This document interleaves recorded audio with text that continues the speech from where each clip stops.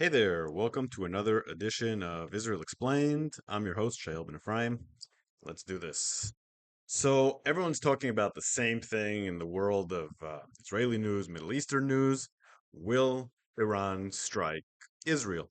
As we know, this whole started when Israel assassinated many high ranking Iranian officials inside the diplomatic compound of the Iranian consulate in Damascus. Um, it was considered such a provocation, A, because of the high ranks of the individuals, but perhaps more importantly, B, because it was an attack on a diplomatic compound and therefore technically an attack on the sovereignty of Iran, requiring a direct response from Iran. At least that's how Iran has seen this. And there have been several threats of an attack so public, they make it difficult for Iran to back down. And indeed, it doesn't seem like they particularly want to back down, since their supreme leader, Khamenei, today threatened for the third time to exact a price from Israel directly. So, U.S. intelligence seems pretty certain that the Iranians will strike within a day or two.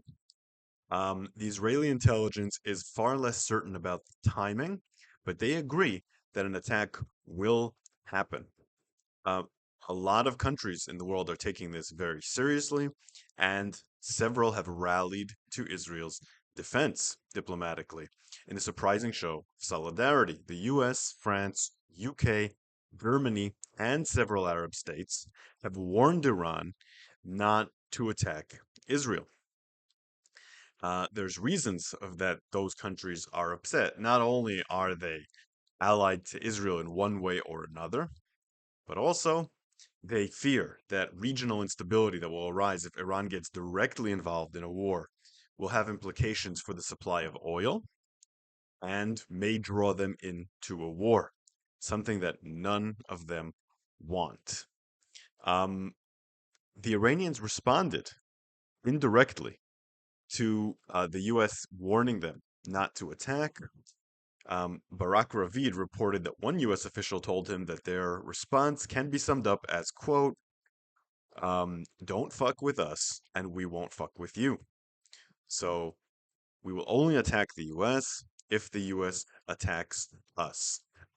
Americans are not sure if what Iran means by this is that they will attack if the US tries to help Israel defend itself against attacks, as in shoot down missiles, etc., or only if the US participates in a retaliation strike. The consensus is, and I think this is probably correct, that they will only attack the US directly if they are involved in a strike on its territory, which seems very unlikely. So the US will probably not be involved at first. The US has sent two ships further north on the Red Sea in order to help Israel shoot down missiles. So these are two ships that are designed to help shoot down missiles and also is adding a carrier to the fleet in the Red Sea.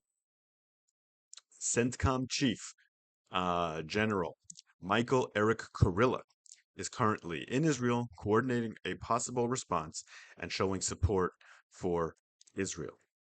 In the press conference that the two gave together, Gallant said, quote, our enemies think they can pull apart Israel and the United States, but the opposite is true. They're bringing us together and strengthening our ties. We stand shoulder to shoulder. And indeed, this crisis or possible crisis has shored up the Israeli diplomatic position in the world. There is a lot more support coming to Israel than you would expect, considering how isolated they seemed just a couple weeks ago. The Economist putting out that cover of Israel alone. And right now, Israel seems a lot less alone. It seems that on the issue of Iran, there's durable support for Israel, which is very good news. However, as we know, there are cracks in U.S. Israel relations and Israel relations with other countries too, and they're showing in this as well. The Washington Post reported that when Lloyd Austin talked to Yoav Gallant on the 2nd of April, he complained that Israel had not given enough advance on the assassination. It appears that the U.S. was alerted when the planes had already taken off, uh, and that was not appreciated by the Americans, who felt that they couldn't properly protect their assets from a counterattack. Nonetheless, he told Gallant that, quote, Israel could count on full U.S. support to defend against Iranian attacks, end quote. And that's really a pattern for this current administration. Whatever mistakes they feel Israel is making in the way it's running its policy, they're not allowing it to affect the underlying bedrock of support. And thank goodness for that. So we've talked a lot about whether there's going to be an Iranian response or not. I think there will be. Israeli and American intelligence think so as well. But what kind of response would it be, or will it be? We know that Iran is already using its proxies very often against Israel. Hamas is technically a Iranian proxy, and of course they're at war with Israel in Gaza. There's not much Hamas can do right now they're not already doing. They've been degraded significantly by this war. Hezbollah has stepped up attacks somewhat. We've seen a lot of shooting today that hasn't done any significant damage. And Hamas, Iranian proxies like the Houthis and the Shiite militias have also engaged in shooting missiles at Israel. But none of this is what Iran means. Iran means that it will attack directly. And considering the magnitude of the loss that it has taken, considering the words that it has said, promising retaliation at the highest levels from Khamenei, they'll appear like a paper tiger if they don't attack directly. So it seems likely that they will. What does attack directly mean? That means shooting things at Israel from Iran. There's three major ways that Iran could do it. None of these are mutually exclusive. They could all be combined into one saturating attack or in stages. It's unclear, but these are the three major components. Component number one, ballistic missiles. Ballistic missiles take about 12 minutes to travel from Iran to Israel. What Israel does to defend itself against ballistic missiles is use the Arrow 3 system. The IDF claims it has a kill ratio of 99%. We don't know how accurate that is. That's in controlled testing conditions. And of course, the saturation attack can make that more difficult. Component number two, cruise missiles. Those take 2 hours to get from Iran to Israel. Israel uses the Sling of David system to shoot those down, which has a reported success rate of 90 to 95%, and the Iron Dome system, which has a purported success rate of 80 to 90% and is very well tested, as we know, in combat conditions. Finally, there's drones. Drones are the hardest to shoot down, but Israel has a lot of experience doing that. Those are shot down by Patriots, which have about a 50% success rate, and the Sling of David system is good against those as well. Israel has a very good civil front in terms of how it prepares for bombings, and it's in peak condition right now because due to this war and due to events preceding this war, the Israeli public has had to go into shelters very often. So Israelis know where their shelters are, they know how to get there, they know what to do when it happens. There's very little panic because they're used to it, and that all helps protect civilians. The the civil command in the IDF has told people to treat this like they would any other attack from the regional terrorist organizations, which are using many of the same systems because they're also Iranian proxies. Another element that Israel is using in order to defend itself from a possible attack is partnerships with regional security partners, some more clandestine, some more open, countries like Jordan, Saudi Arabia, UAE. They've shot down missiles for Israel in the past. They've allowed Israel to set up facilities to have early warning when missiles are shot. They alert Israel whenever they see something suspicious. That helps a lot. So, with all these defense systems in place, Israel doesn't believe that an Iranian attack will cause all that much damage. Iran has been sending messages saying that while it wants to respond to this, it does not want to go to a regional war. So what it wants is to save face without escalation. And Israeli defense systems might allow it to do that, especially if not too much harm is caused to Israel. Israel will not have to respond particularly harshly. But Israeli doctrine, or I should say lack of doctrine really, is that Israel responds depending on how much blood is shed. When Israelis are killed, Israel has to respond one way. When Israelis are not killed, it can respond another way. So a lot of this is up to chance. If enough Israelis are killed in an attack from Iran, if something gets through and causes a lot of damage, Israel will have to strike Iran back. The Mossad and the IDF have already said that they have a plan for this and leaked that they have a plan for this. We don't know what it is, but it would involve significant attacking of, I assume, military and government targets in Iran. Israel would be pretty careful to avoid civilian targets in that country for obvious reasons. It views the regime as the enemy and wants to separate the regime from the public in order to do that. If Israel retaliates, the United States has asked, nay, demanded, that Israel tell them before, and I'm sure they will after the incident that occurred when they weren't informed last time. So, despite the risk of an attack to Israel, there's a lot of opportunities here. Israel has regained a lot of its sympathy and support with friendly governments. The coalition Iran fears the most, Israel, NATO countries, moderate Arab states, are all working together against Iran. A bit of a nightmare scenario for Tehran, not something that they're going to want to keep going for a long time. And it's a major reminder of how important Israel's allies are and how important its diplomacy is. It can't live on its sword alone. Even in order to defend itself militarily, it needs its allies.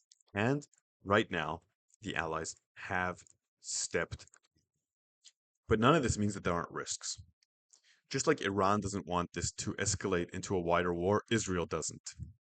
Now, a lot of people say, why? After all, Iran is using its proxies to attack Israel. Why not attack the head of the snake? There's a lot of truth to that. But Israel right now is fighting already on two fronts, Gaza and in Lebanon, to a lesser extent in the West Bank, which is controlling quite nicely. It can't afford to open a third front that's unfinished. If it wants to strike at Iran, it needs to do so when it has the opportunity to do it when it's not fighting elsewhere. The real danger for Israel right now is it starts a front with Iran, which turns into a bleeding battle of bombing and counter bombing, while not finishing the operation in Gaza, while not finishing the war in Lebanon.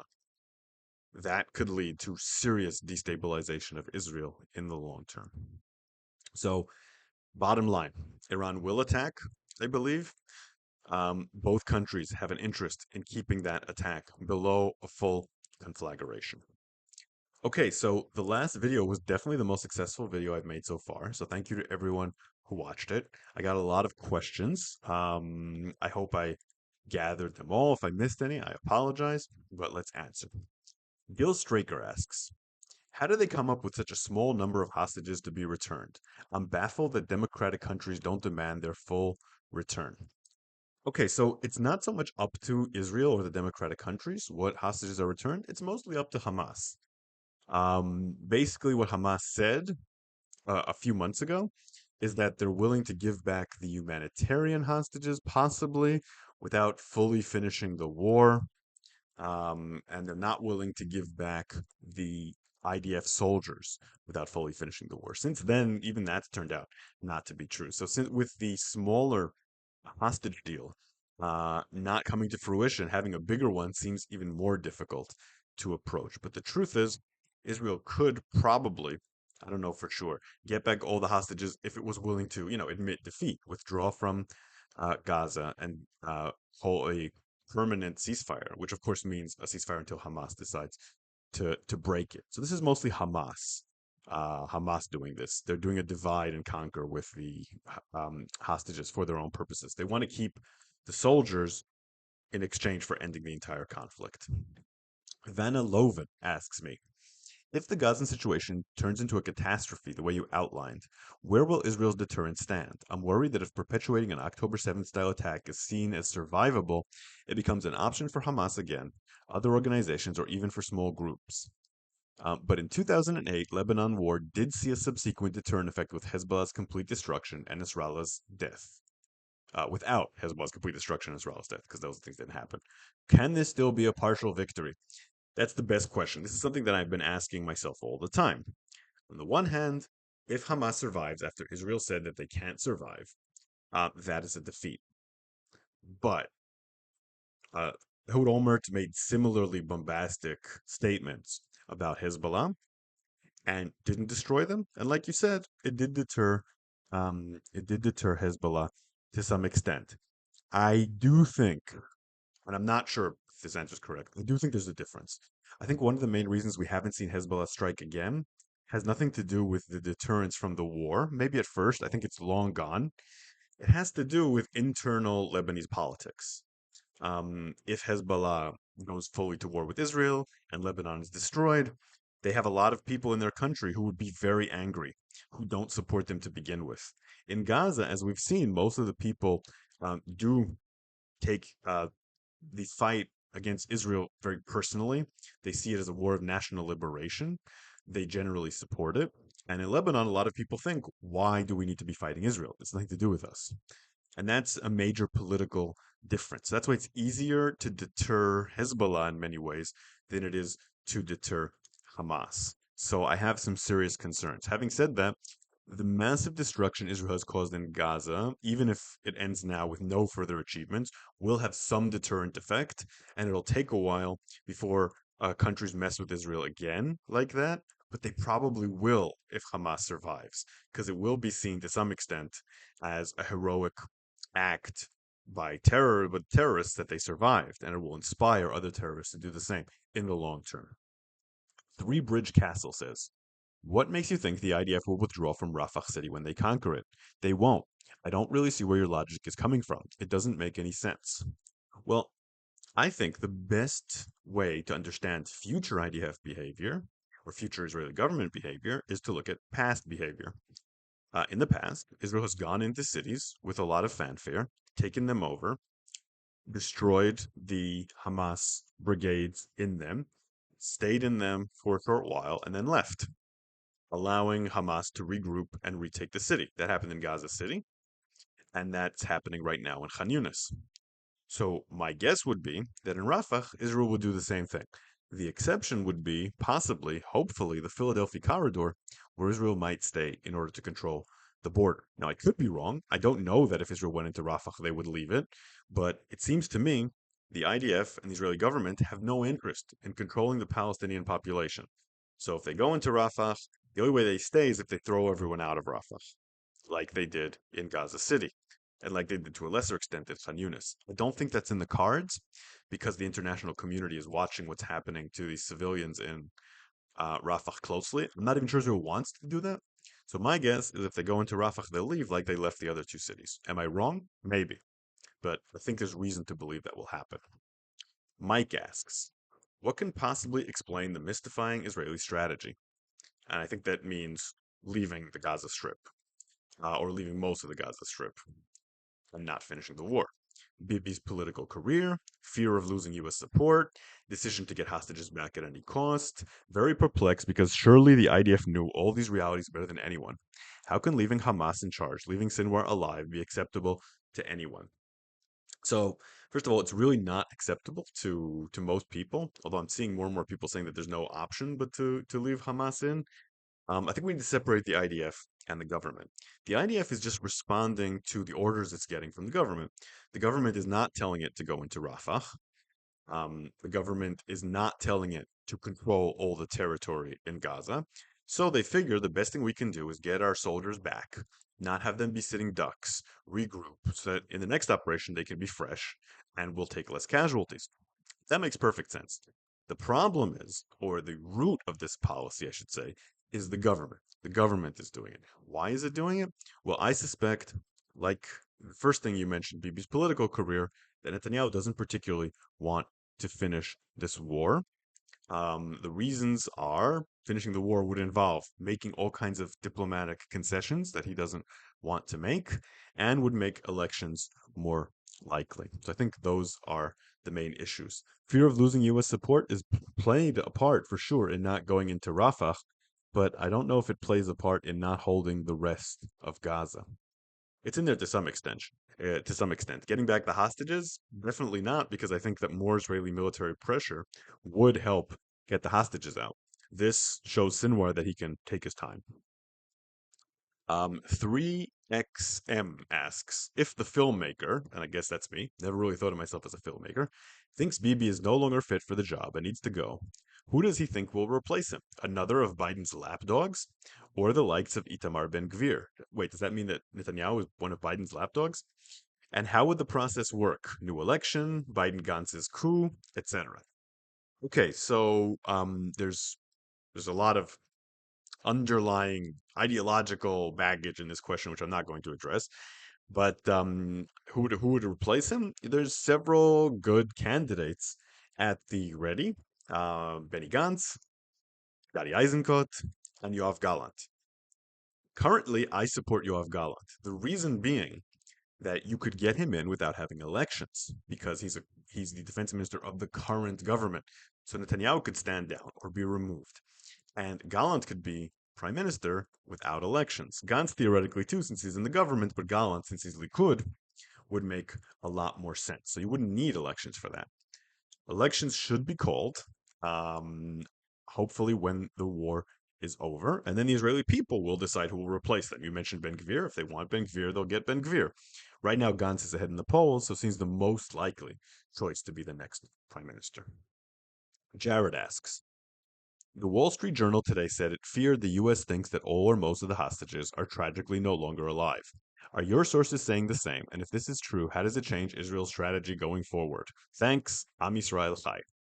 Okay, yeah, and Am Yisrael Chai. So this is a tough one. Um, the Israeli intelligence, which I talk to elements in on occasion, doesn't believe that most of the hostages are dead, but maybe about half of them, unfortunately.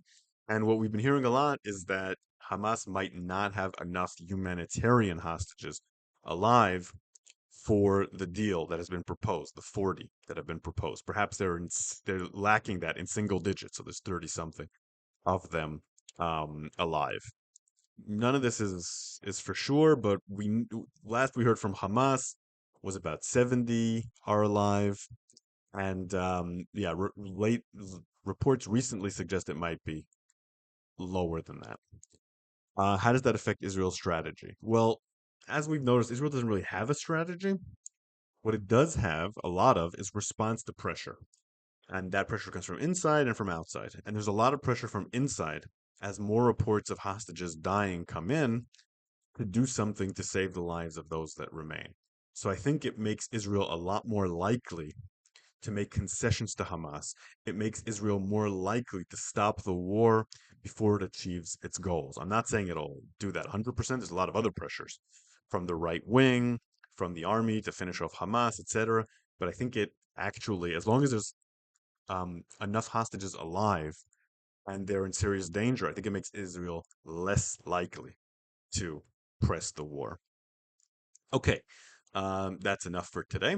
If you like what I do here, consider supporting me on Patreon at Shael Media and listening to my history podcast, History of the Land of Israel podcast, where I've recently completed my trilogy on the 12 tribes of Israel. I will see you again here very soon.